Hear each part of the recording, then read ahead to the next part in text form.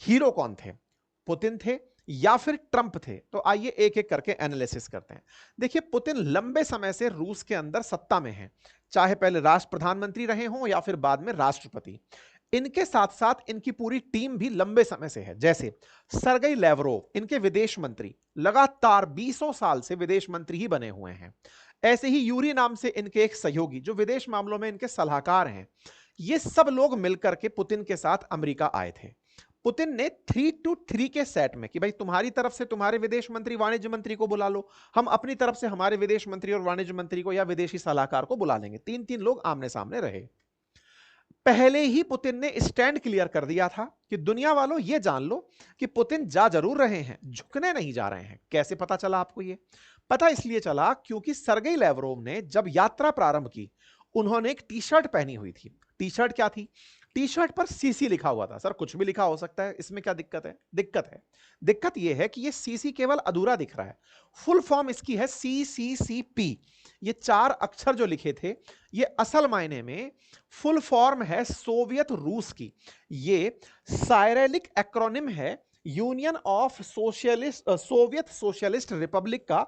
जैसे आप USSR कहते हैं, उसे यहां पर CCCP के नाम से पढ़ा जाता है। अर्थात जो पुराने समय में सोवियत संघ हुआ करता था। कौन सा सोवियत संघ? वही सोवियत संघ जो 1991 में 15 देशों में टूट गया। कौन से 15 देश? मेन तो रूस था। रूस के साथ और जो छोटू मोटू देश थे, उन छोटू मोटू देशों में एक देश का नाम यूक्रेन था। ये जो यूक्रेन है जिसे आप यहां देख रहे हैं, इसी यूक्रेन पर तो इस बड़े वाले रूस ने हमला बोला हुआ है। तो रूस का जो ये यूक्रेन पर हमला है, ये असल में सोवियत रूस को पुनर्गठित करने की तरह से माना जाता है। रूस ये कहता है कि मैं दुनिया के किसी देश पर हमला नहीं कर रहा हूं। 1991 से पहले हम सब एक थे। मैं तो इन सबको वापस लेना चाहता हूं। यह असल में इनकी सोवियत रूस के समय की मानसिकता है।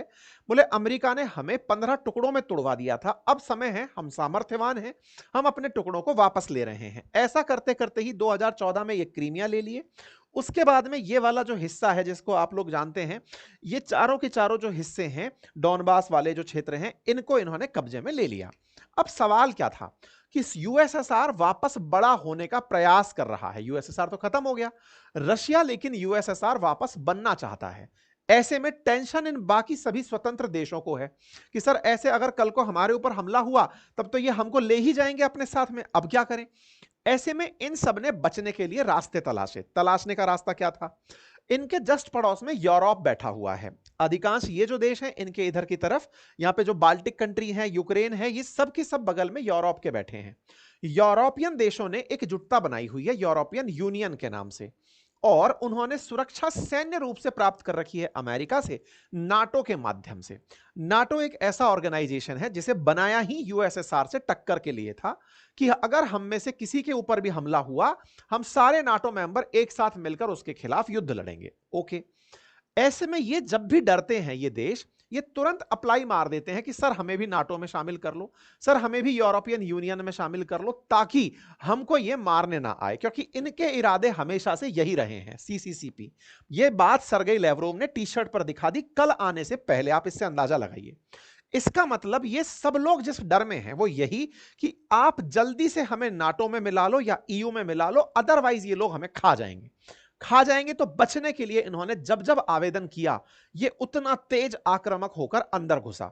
यूक्रेन की गलती सिर्फ इतनी थी कि यूक्रेन ने नाटो से और EU से कह दिया था कि मुझे आप अपना मेंबर बना लो। इस पर रशिया ने कहा कि गलती से इसकी सुनवाई हो गई तो नाटो मेरे बिल्कुल बॉर्डर पर आकर बैठ जाएगा, फिर तो नाटो वर्सेस USSR हमेशा के लिए एक चिंता हो जाएगी। कल को अगर USSR के पुराने देशों को लाने का रशिया ने प्रयास भी किया तो वो नाटो कंट्री एक साथ सारे इकट्ठे होकर के रशिया पर चढ़ाई कर देंगे। तो रशिया ने कहा नहीं, इस पौधे को उगने ही मत दो, ना रहेगा बांस ना बजेगी बांसुरी। उसने इस पर पहले ही हमला बोल दिया। यही हमले का पहला और सबसे कीमती प्रमुख कारण था। अब की स्थिति क्या है? यूक्रेन के तमाम प्रयासों में कि यूक्रेन जाना चाहता था नाटो में, इसको यूरोपियन यूनियन के देशों ने और अमेरिका ने यह कहा कि हम युद्धग्रस्त देश को नाटो मेंबर नहीं बनाते, यह हमारी कंडीशन है। और दूसरा, नाटो में शामिल करने से पहले सबका एक मत होना, नाटो मेंबर्स का एक मत होना जरूरी होता है। हम तुम्हें तभी अपने यहां मेंबर बना सकते हैं। भाई साहब, पुतिन यहां पर 3 साल से युद्ध रोक ही नहीं रहे हैं कि लो बेटा करा लो नाटो में शामिल।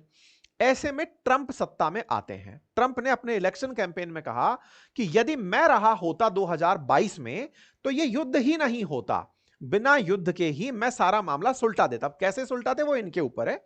ऐसा ये बयान देकर के इलेक्शन में खड़े हुए। इन्होंने कहा मैं एक दिन के अंदर रशिया यूक्रेन युद्ध रुकवा दूंगा। एक साल होने को आया, नवंबर में जीते थे, आप अगस्त में सुन रहे हैं, अब तक समझौता नहीं हो पाया। ऐसे में ट्रंप की क्रेडिबिलिटी दांव पर लग गई। 4 साल का कार्यकाल होता है, 1 साल तो रशिया यूक्रेन में ही लग गया। ऐसे में सवाल खड़ा हुआ कि ट्रंप कैसे भी करके आप इन दोनों को सीज फायर कराओ, अदरवाइज भविष्य में भी कोई आपकी पार्टी का नेता नहीं जीत पाएगा। इन्होंने सारे साम दाम दंडभेद अपनाए।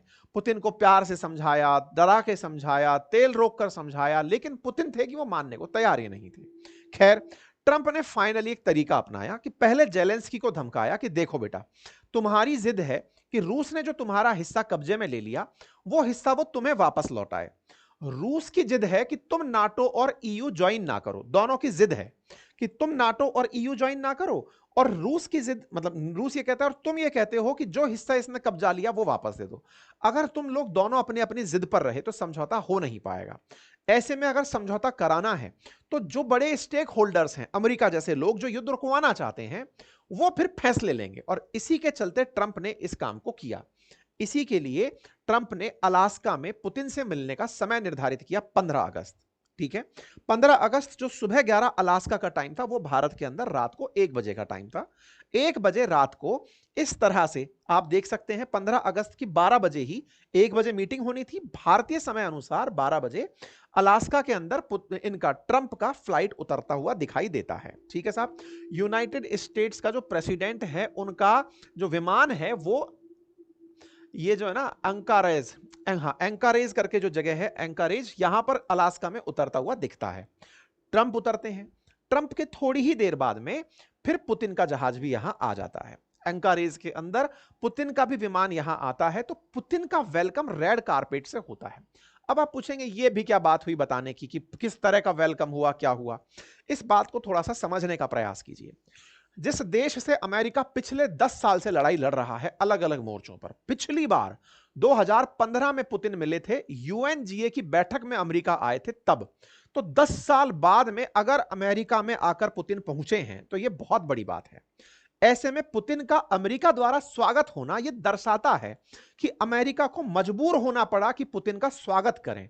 अमेरिका ने सारे तरीके अपना लिए, तमाम प्रकार के सैंक्शंस। इस समय दुनिया में सबसे ज्यादा प्रतिबंधित देश है रूस, उसके बावजूद भी रूस की शक्ल पर कोई शिकन नहीं।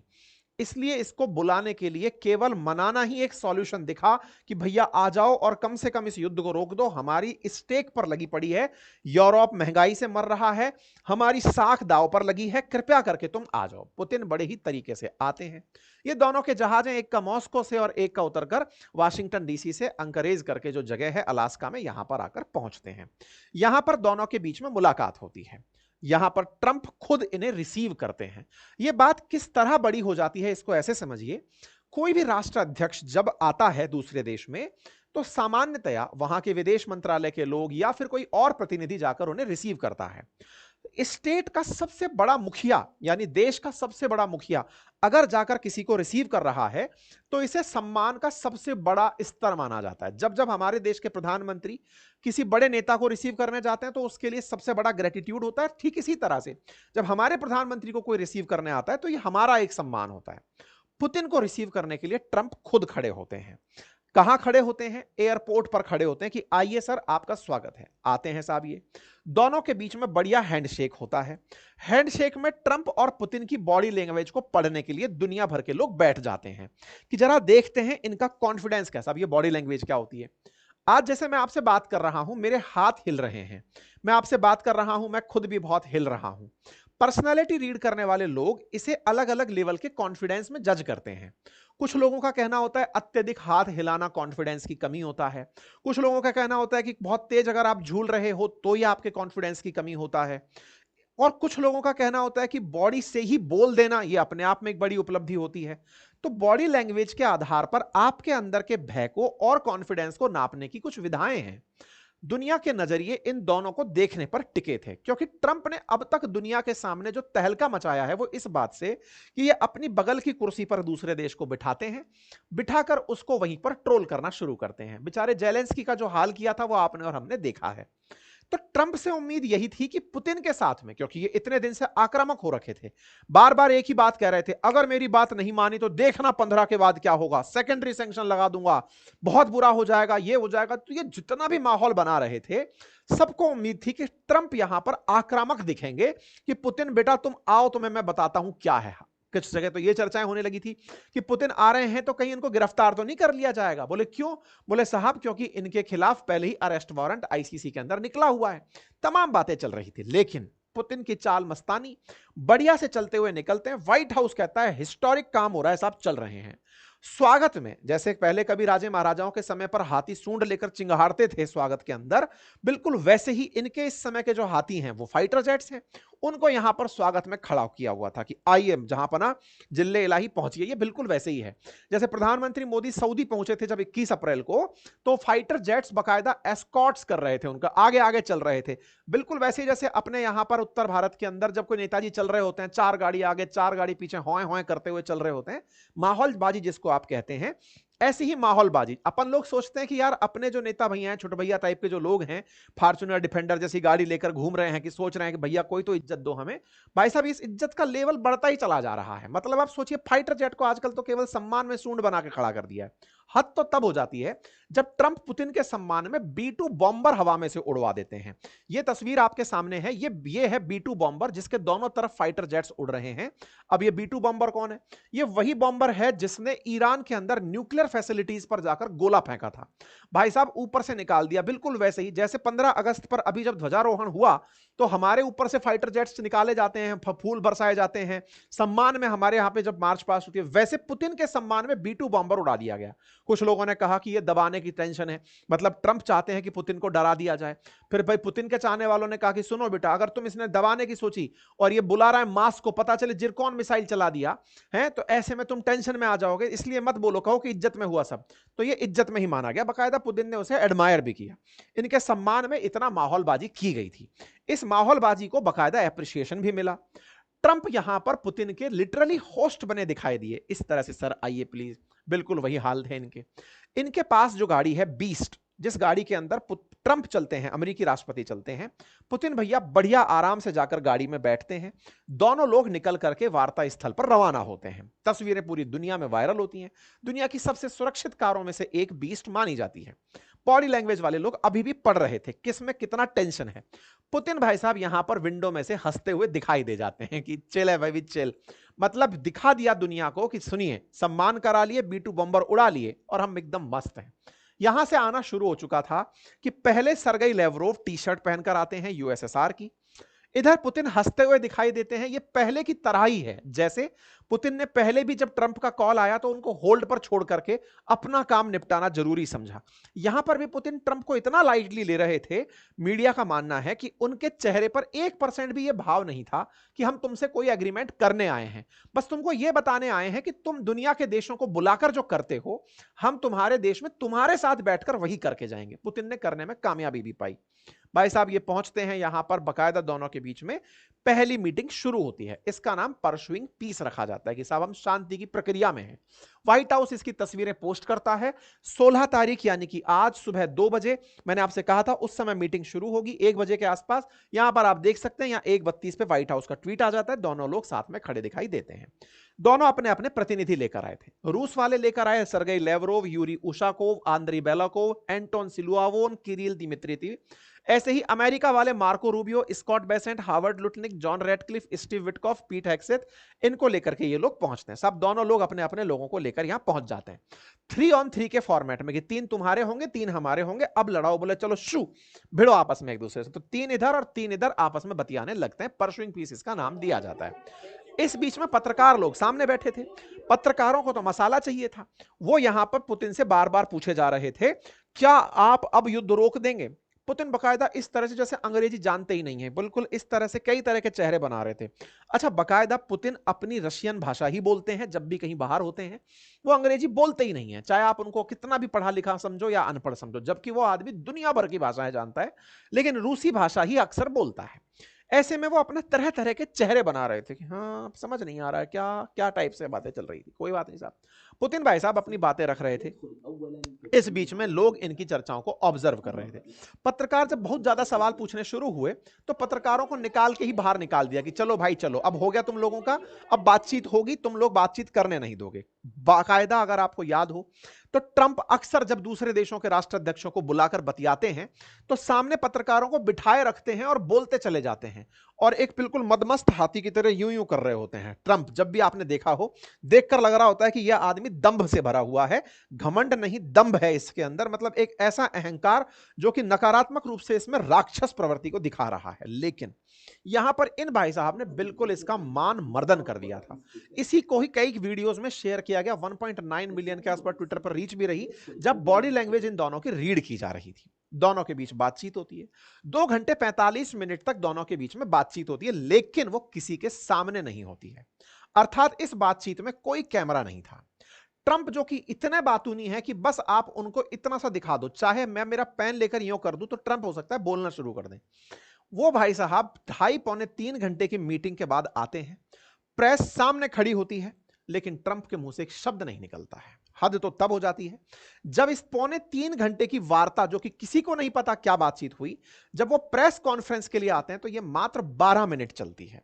व्हाइट हाउस के द्वारा बताया जाता है कि साहब प्रेस कॉन्फ्रेंस रखी गई है, और इस प्रेस कॉन्फ्रेंस के अंदर पुतिन ही सबसे पहले जवाब देने के लिए खड़े होते हैं। ट्रंप का चेहरा यहां देखकर साफ दिखाई पड़ रहा है कि इनके चेहरे का जो तनाव है, आप उनकी पुरानी तस्वीरें याद करिए, जेलेंस्की के साथ जब बैठे थे तब ये प्राणी कैसा दिखता था, या फिर किसी और के साथ, रामाफोसा के साथ या किसी के साथ भी, चाहे वो कीर स्टारमर, जिनके साथ भी ये दिखते हैं, ये अलग रूप में होते हैं। आज ये मस्त हैं और ये अस्त व्यस्त हैं। ऐसे में ट्रंप का अपनी तरफ से डील को लेकर बयान आता है। बयान सिर्फ इतना, हम अपने हितों की रक्षा कर रहे हैं, यूक्रेन के हितों के लिए बढ़िया बातचीत हुई है और बढ़िया बातचीत हम करते रहेंगे। भाई साहब, I believe we had a very productive meeting. There were many points that we agreed on. There is no deal until there is a deal. अभी तक कोई भी डील नहीं हुई है। अब इन भाई साहब का चेहरा देख करके, जिस आदमी को आप लोगों ने अब तक इस तरह से देखा था कि ये बड़ा ही आक्रामक होगा, और मैं आपसे बार बार यही कह रहा था, अगर 15 अगस्त को ये व्यक्ति जीत गया, ट्रंप पुतिन को दबाने में अगर कामयाब हो गए, तो भारत के लिए वो बड़ा खराब दिन हो सकता था, क्योंकि ये निकलते ही ये कहता कि मैंने ऐसे किया, फिर उससे इससे ये हो गया। पुतिन लेकिन भाई साहब फुल मूड में गए थे, उन्होंने एकदम हिट विकेट कर दिया, दूसरे की पारी पर जाकर उसको आउट ही कर दिया। अब साहब दोनों नेताओं की साझा प्रेस कॉन्फ्रेंस होती है। प्रेस कॉन्फ्रेंस में निकलकर आता है कि दोनों लोग इस बात से आश्वस्त हैं कि समझौते को स्थायी और दीर्घकालिक बनाने के लिए हमें संघर्ष के सभी प्राथमिक कारणों को समाप्त करना होगा। क्या है प्राथमिक कारण? बाय द वे, प्राथमिक कारण है कि यूक्रेन चाहता है कि वो नाटो और ईयू ज्वाइन करे, और यूक्रेन ये चाहता है कि रूस उस कब्जे की जमीन को छोड़ दे। अगर सब कुछ यूक्रेन के चाहने से ही हो जाएगा, तो क्या रूस ने अपने लोगों को यूं ही मरवा दिया क्या? अगर रूस का नुकसान हुआ, इतने प्रतिबंध झेले, उसने इतना नुकसान झेल लिया, उसके बदले में आप कहते हो कि यूक्रेन का वो पूरा हो जाए कि वो नाटो और ईयू ज्वाइन कर ले साथ में, और वो रशिया से जमीन भी प्राप्त कर ले। तो वो कह रहा है कि भाई मैं इतने दिन से अपनी अस्तेसी थोड़ी करा रहा हूं, युद्ध में फंसा हूं, इतना नुकसान झेल लिया हूं, मेरा भी कुछ होना चाहिए। तो रूस चाहता है कि उसके पास जो कब्जे का हिस्सा है वो तो रहे। अब इसमें अल्टरनेट क्या निकलता है मैं आपको पहले ही बता देता हूं, माहौल को बहुत आगे तक ना खींचते हुए। इन लोगों के बीच में एक चर्चा होती है, और वो चर्चा असल में ऐसे नहीं आई, वो चर्चा यूरोपियन यूनियन वाले लोगों के जब मैंने बयान पढ़े तब आई। मैं आपको पहले ही इसलिए बता दे रहा हूं सो दैट आप इस बात से सहमत होते हुए और अपने दिमाग में इस विचार को लेते हुए आगे बढ़ें। देखो, ये जो 2.25 घंटे चली वार्ता थी ना, इस वार्ता में अहम एजेंडा क्या था? ऑब्वियस सी बात है, पुतिन इस जगह को छोड़ दो यार। पुतिन ने कहा नहीं छोड़ सकता। फिर पूछा गया जेलेंस्की के लिए, यार देखो वो बेचारा परेशान हो रहा है, कुछ तो करना पड़ेगा ना हमें। तो पुतिन ने कहा भाई मेरी जगह मैंने कब्जा कर ली, वहां रशियन लोग रहते थे, वो चाहते थे कि मैं आऊं, मेरी आवश्यकता थी, मैंने पूर्ति कर ली, और वो बार बार कहा जा रहा था कि मैं जाऊंगा मैं जाऊंगा, मैंने उसको पनिशमेंट दे दिया, सिंपल। अब ट्रंप ने कहा भाई इसका सॉल्यूशन दो, क्या होगा इसका सॉल्यूशन क्या होगा? तो फिर सॉल्यूशन क्या आया? बोले सर एक काम हो सकता है इसमें। बोले क्या? अब देखना ये बात जो है ना ट्रंप सुझा रहे हैं पुतिन को कि देखो तुमको अगर मैं ये जमीन दे दूं जो तुम्हारे पास है तो तुम्हें कोई दिक्कत? ट्रंप पुतिन ने कहा नो, मुझे कोई दिक्कत नहीं है। तो ऐसे में ट्रंप ने जेलेंस्की के हिस्से की जमीन अगर उनको देने की सोची तो जेलेंस्की को भी कुछ देना पड़ेगा, अदरवाइज वो बच्चा रूठ जाएगा। वो तो 14 तारीख से पहले ही पूरी दुनिया को एक करके बैठा है कि मेरे मेरे भविष्य का फैसला आप अकेले मत कर लेना। तो जेलेंस्की को डर क्या है? अगर ये जमीन दे भी दी जाए तो डर क्या है? इलॉन मस्क लंबे समय से कहते आ रहे थे ना कि जमीन दे दो और युद्ध खत्म करो। डर ये है यूक्रेन को कि ये एक बार आपने जमीन दे दी, बोले 2014 में भी इसने हमारे क्रीमिया पर कब्जा कर लिया था, फिर बाद में आया 2022 में हमारे 4 हिस्से और ले गया, ये तो फिर आएगा फिर आधा ले जाएगा, इसको कब रोकोगे? तो फिर ट्रंप ने ऑप्शन दिया कि देखो यूक्रेन को हम एक और अच्छी बात दे देते हैं और वो ये कि हम उसे सिक्योरिटी गारंटी दे देते हैं। सिक्योरिटी गारंटी का मतलब क्या है कि अगर इन हिस्सों को लेने के बाद भी रूस तुम पर हमला करता है तो हम तुम्हारे साथ होंगे और इसीलिए तुम्हें ईयू और नाटो में शामिल कर लेंगे। तो यूक्रेन का जो डर है कि अगर मैंने ये हिस्सा दे दिया तो ये मेरा और हिस्सा खा जाएगा, उससे बचाने का एक ही तरीका है कि दुनिया के बाकी देश फिर उसे सिक्योरिटी गारंटी दें कि यूक्रेन तुम चिंता मत करो, अब ये तुम्हारे ऊपर हमला नहीं कर पाएगा, लेकिन जो गया अब उसे जाने दो क्योंकि वो भी 3 साल से प्रतिबंध झेल रहा है, उसने कर लिया, उसकी इच्छा है पूर्ति हो गई, बाकी तुम दोनों के बीच में कुछ जगह इधर उधर करके सेटलमेंट कर देंगे। उम्मीद है आपको मेरी बात समझ में आ गई। यूक्रेन क्या ये मान जाएगा? तो आंसर आता है कि साहब बिल्कुल मान सकता है क्योंकि इसमें यूक्रेन की जीत है। कैसे जीत है? यूक्रेन की जीत इस तरह से है क्योंकि उसकी तो मंशा ही थी कि नाटो में और ईयू में मिला लो मुझे ताकि मेरे ऊपर रशिया आक्रमण ना करे। लेकिन ये हार में कैसे बदलती दिखती है? वो हार इसीलिए तो है कि वो जाना ही इसलिए चाहता था कि उसके हिस्से पे कब्जा ना हो, लेकिन कब्जा कराकर अगर नाटो में जाके शामिल हुआ तो क्या खाक शामिल हुआ? फिर तो गया ही गया।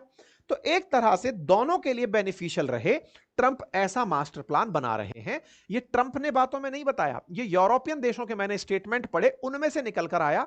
आप करें सर आप तो अंतर्यामी हैं, मैं नहीं हूं, मैंने उनका कंटेंट पढ़ा तब मुझे समझ में आया कि जेलेंस्की को 18 तारीख को बुलाया है पापा ने।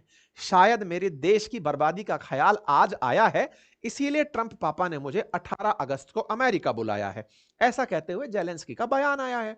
अब साहब यहां से आगे कहानी में ट्विस्ट आते हैं। तो साहब ट्रंप से सहमत होते हुए पुतिन दिखते हैं, उन्होंने कहा हाँ इसमें तो मेरे को क्या ही दिक्कत है। अच्छा पुतिन ये अच्छे से जानते हैं कि अभी मैंने इसको थोड़ा थोड़ा छीला है, फिर मैं बाल्टिक कंट्रीज को छीलूंगा, अभी तो बहुत ज्यादा छीलू छीलू खेलना है, फिर ये सब। ऐसे में अलास्का के अंदर इन दोनों के बीच में बातचीत होती है। इस बातचीत को आप यहां पर होते हुए देखते हैं कि साहब हो गया सब काम इन दोनों के बीच में। इस बीच में पुतिन कहते हैं कि देखिए अभी तो ठीक है, बातचीत ठीक ठाक हो गई है, लेकिन एक काम कर सकते हैं सर, इससे आगे की बातचीत करने के लिए आप अमेरिका आइए, मॉस्को आइए आप। अब ट्रंप एकदम देखते रहते, ये तो बात हुई नहीं थी यार, पौने 3 घंटे अपन कमरे के अंदर थे। बोले सर कोई बात नहीं, मॉस्को आकर बात करिए, क्योंकि अब जो आपसे मेरी बात हुई है इसे आप जेलेंस्की को बुलाकर 18 को बताइए, फिर नाटो वालों को भी बता दो क्योंकि भाई उसको शामिल करना है, नाटो को बता दो, जेलेंस्की को बता दो, और कुछ कंक्लूसिव निकल कर आए तो मॉस्को आओ, फिर मिलते हैं, फिर बातचीत करते हैं। इसका मतलब इस मीटिंग से क्या किसी को कुछ मिला? तो हां मुझे लग रहा है कि रूस यहां पर बढ़त प्राप्त करने में कामयाब हुआ क्योंकि ट्रंप की धमकी उसके ऊपर कारगर नहीं हुई।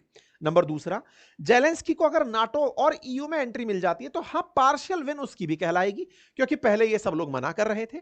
ऐसे में अब नाटो और जेलेंस्की से बात करने की बात ट्रंप ने कही है कि भाई मैं अब नाटो के चीफ से और जेलेंस्की से बात करूंगा। जेलेंस्की से तो इन्होंने निकलते ही मीटिंग से हवाई जहाज में पहुंचकर फोन पर 1.5 घंटे बतिया भी लिए और बातचीत करके कहा कि हाँ भाई जेलेंस्की बातचीत ये हुई है, ये 5 बड़ी बातें निकल कर आई हैं और उन बातों के अंदर सकारात्मकता रही है, युद्ध खत्म करने की बातचीत हुई है, मैं उसमें अंदर मतलब मैं होता तो युद्ध खत्म पहले ही नहीं होता, ये सारी बातें जेलेंस्की को इन्होंने बता दी। पुतिन क्या किए साहब, ये तो चले गए हवाई जहाज में। पुतिन जो है वो जाकर के अलास्का में यूएसएसआर के जो सैनिक शहीद हुए थे कभी युद्ध के दौरान, उनकी कब्रों पर जाकर फूल चढ़ा दिए। मतलब पुतिन ने हर तरह से सिंबलाइज यही किया कि यूएसएसआर होना चाहिए और यूएसएसआर के सैनिकों को हम अपनी तरफ से सम्मान देते हैं। भाई यूएसएसआर तो सबका था, लेकिन रूस उसकी पूरी की पूरी विरासत को लिए चल रहा है। ठीक है साहब, इस बीच में साहब पुतिन छोड़ करके यहां से चल देते हैं, देश से रवाना हो जाते हैं। ट्रंप अपने रवाना हो जाते हैं, पुतिन अपने रवाना हो जाते हैं, दोनों अपने अपने घरों में चले गए। अब हार जीत की बात मीडिया में डिसाइड होने लगी। अमेरिका के पूर्व एनएसए का कहना है कि पुतिन की यहां पर जीत हुई है क्योंकि पुतिन के ऊपर दबाव था ट्रंप का इतने समय से कि मैं ये कर दूंगा, मैं ये कर दूंगा, मैं ये कर दूंगा, वो कुछ नहीं करा पाए। पुतिन जिस तरह से सबसे मिलते हैं, इनसे भी उस तरह से मिलकर चले गए। बोले आप इससे अंदाजा लगा लो इस तस्वीर से, ये कौन बोल रहा है? अलेक्जेंडर डुगिन। इस व्यक्ति का नाम याद रखिएगा साहब, डुगिन को कहा जाता है पुतिन का दिमाग, मतलब मस्तिष्क ऑफ पुतिन डुगिन है, अलेक्जेंडर डुगिन। डुगिन ने दो तस्वीरें साझा करी, बोले देखो साहब, एक साहब जेलेंस्की बैठा है यहां पर, इसको धमकाते हुए ट्रंप दिख रहे हैं, और दूसरी तरफ पुतिन बैठे हैं रिलैक्स, और ये आदमी घड़ी बनकर बैठा हुआ है। चेहरे देख लोगे तो अंदाजा लग जाएगा कि दोनों में से कौन सा किसके ऊपर भारी है। तो कुल मिलाकर लोगों ने वोट कर दिया कि पुतिन यहां पर जीत गए। क्यों जीत गए? क्योंकि साहब बार बार ये तो यही कह रहे थे मैं एक दिन में युद्ध रुकवा दूंगा। लो जी, एक दिन 15 अगस्त निकल गया, रुकवा पाए आप? नहीं रुकवा पाए। ट्रंप बार बार पुतिन से कहते रहे कि अगर 15 अगस्त को तुम नहीं माने तो सीवियर कॉन्सिक्वेंसेज होंगे। सर कुछ हुआ क्या? बोले कुछ नहीं हुआ साहब। I will walk out of meeting with Putin doesn't, अगर पुतिन के साथ मेरी बातचीत सही से नहीं हुई तो मैं मीटिंग छोड़कर निकल जाऊंगा। सर 2.25 घंटे तक आप कमरे में बैठ कर रहे, समझ में यह नहीं आ रहा किसी ने किसी को थपिया तो नहीं दिया है, लेकिन आप चुपचाप बैठे रहे। ऐसे में बड़ा सवाल यह है कि ट्रंप का जो गीदड़ भभकी है वो पब्लिक हो गई। जो आदमी एक दिन में युद्ध रुकवाने की कहता था, 15 अगस्त निकल गया। सीवियर कॉन्सिक्वेंसेज की बात करता था, कॉन्सिक्वेंसेज कुछ नहीं हुए, वहीं की वहीं ढाक के 3 पात रह गए। तीसरा, बोले मैं मीटिंग छोड़कर भाग जाऊंगा, कोई मीटिंग छोड़कर नहीं भागा। मीटिंग में कुछ कंक्लूड हुआ, कुछ नहीं हुआ। तो एक प्रकार से पुतिन और ट्रंप की मीटिंग में पुतिन अपने आप को कामयाब करने में आगे निकल गए। ट्रंप ने अब आगे क्या करना है? ट्रंप अब जेलेंस्की को फोन पर बतियाए कि देखो भाई बात ये निकल कर आई है, तुम एक बार आ जाओ। जेलेंस्की ने जो बात हुई वो ट्वीट पे डाल दी, और ट्वीट पर डाली तो तुरंत यूरोप के सारे देश एक्टिवेट हो गए। उन्होंने कहा कि ठीक है सर, हम तैयार तो हैं, लेकिन पहले सारे के सारे देशों को लिया जाए और यूक्रेन की सिक्योरिटी गारंटी अनाउंस की जाए। ये मैक्रोन का बयान है, उर्सुला वॉन डेन का बयान है, और सारे यूरोपियन देशों ने बयान दिया। और बयान में इन्होंने जो बात कही, जो मैं आपसे कहना चाह रहा था कि US is prepared to give security guarantees. ये पॉइंट समझिएगा, मतलब यूक्रेन के ऊपर भविष्य में हमला ना हो, ये अमेरिका उसे गारंटी देगा। दूसरा कहा गया, no limitation should be placed on Ukraine's armed forces और its cooperation with third countries. मतलब भविष्य में यह ना हो कि यूक्रेन हथियार नहीं बना सकता। जैसे अभी आपको याद होगा, यूक्रेन को लॉन्ग रेंज मिसाइल बनाने की पुतिन की पाबंदी है कि तुम बना नहीं सकते, और दुनिया का कोई देश यूक्रेन को लॉन्ग रेंज मिसाइल नहीं दे सकता। अगर देगा तो पुतिन का अनाउंसमेंट है कि मैं उसके खिलाफ मोर्चा खोल दूंगा। तो ये बेचारे 250 किलोमीटर की मार वाली मिसाइल से ही खेल रहे हैं, इनको लंबी रेंज की मिसाइल नहीं मिलती। अमेरिका तक यूक्रेन को मिसाइल नहीं दे पाए, तो बोले ऐसे में थर्ड कंट्री उसकी मदद कर पाएगा, ये हम शर्त में डालेंगे। तीसरा, Russia can not have a veto against Ukraine pathway to EU and NATO. मतलब यूक्रेन अगर आगे चल के ईयू और नाटो में अब शामिल होता है तो फिर रशिया उन्हें नहीं रोकेगा। तो एक प्रकार से यूक्रेन का एक हिस्सा देकर के बाकी बचे यूक्रेन को एक तरह से कहा जाए तो सुरक्षित करने के प्रयासों में सुरक्षा की गारंटी, हथियारों का निर्माण और ईयू और नाटो के अंदर सदस्यता, ये उसे काउंटर में ऑफर दी जाएगी। ये कौन बोल रहे हैं? स्टेटमेंट है प्रेसिडेंट, मतलब ये सारे के सारे प्रेसिडेंट मैक्रोन इन सब का मिलकर के कि हम क्या कर सकते हैं। ठीक है, ऐसे में अमेरिका का एक बयान वायरल जिसमें यह कहा गया कि हमने इंडिया पर सेकेंडरी प्रतिबंध की बात जैसे ही करी, उन्होंने तेल लेना बंद कर दिया। हालांकि यह मीडिया का बयान था, क्योंकि भारत ने इस वार्ता का स्वागत किया है कि चलो कम से कम डिप्लोमेसी, डायलॉग और पीस, ये तो हम जाने कब से चिल्लाते आ रहे हैं, तुम लोगों को अब समझ में आया, तो वो बहुत ही बढ़िया है। ठीक है साहब, आगे चलते हुए साहब इन दोनों के बीच में सब बातें हुई। अब यहां से आगे क्या होने वाला है? यहां से आगे होने वाला यह है कि जेलेंस्की 18 अगस्त को जा रहे हैं ट्रंप से मिलने के लिए। जेलेंस्की 18 अगस्त को पहुंचेंगे, ट्रंप से मुलाकात करेंगे। ट्रंप उन्हें यह डील देंगे कि देखो भाई, उनसे मेरी बात हो गई, वो इतनी जमीन लेने को तैयार हैं, तुम अगर जमीन छोड़ देते हो तो मैं तुम्हें नाटो और ईयू में डाल दूंगा, ताकि भविष्य में तुम्हारे ऊपर और हमले ना हो, क्योंकि तुम हर जगह यही कहते फिर रहे हो मुझ पर और हमले हो जाएंगे, मुझ पर और हमले हो जाएंगे, तो लो मैं तुम्हें वहां से बचा लेता हूं। ठीक है साहब, कुल मिलाकर के ये रही सारी की सारी बात। इस बीच में नाटो के जो चीफ हैं उनसे भी ट्रंप की बातचीत होगी। नाटो का ऑफर पुतिन ट्रंप को, इसको जेलेंस्की को दिया जाएगा। लेकिन हां, अगर यह चीज वाकई में हो जाती है, कौन सी चीज? कि ट्रंप इन दोनों को इस तरह से सेटल करने में कामयाब हो जाते हैं कि ले बेटा तुझे नाटो और ईयू दे दिया, तो कम से कम जेलेंस्की की इज्जत बची रह जाएगी, कि उसका संघर्ष व्यर्थ नहीं जाएगा, उसका मरना मराना व्यर्थ नहीं जाएगा। वहीं दूसरी तरफ पुतिन को अगर वो हिस्सा जो कब्जा किया हुआ है क्रीमिया का, या फिर बाकी जो हिस्से कब्जा किए हैं, और वो उन्हें दे दिए जाते हैं। तो ये पुतिन के लिए भी एक सम्मानजनक एग्जिट होगा इस युद्ध से, क्योंकि इसके बाद उनके ऊपर सैंक्शंस हट जाएंगे। उसके बाद में भारत के लिए भी राह आसान हो जाएगी और साथ ही साथ में पुतिन वर्ल्ड के अंदर एक विजेता के रूप में निकल कर आएंगे कि मैंने युद्ध शुरू किया था, मैंने जगह कब्जा कर ली, मेरे पास मिल गया। दोनों विन विन सिचुएशन में होंगे। ट्रंप अगर यह काम कराने में कामयाब हो जाते हैं तो वाकई में ये एक बहुत बड़ी उपलब्धि उनके लिए होगी। लेकिन आज के स्टेट में ये कुछ भी ऐसा करने में कामयाब नहीं हुए हैं, क्योंकि दोनों ही लोग ये मानने को तैयार नहीं होंगे।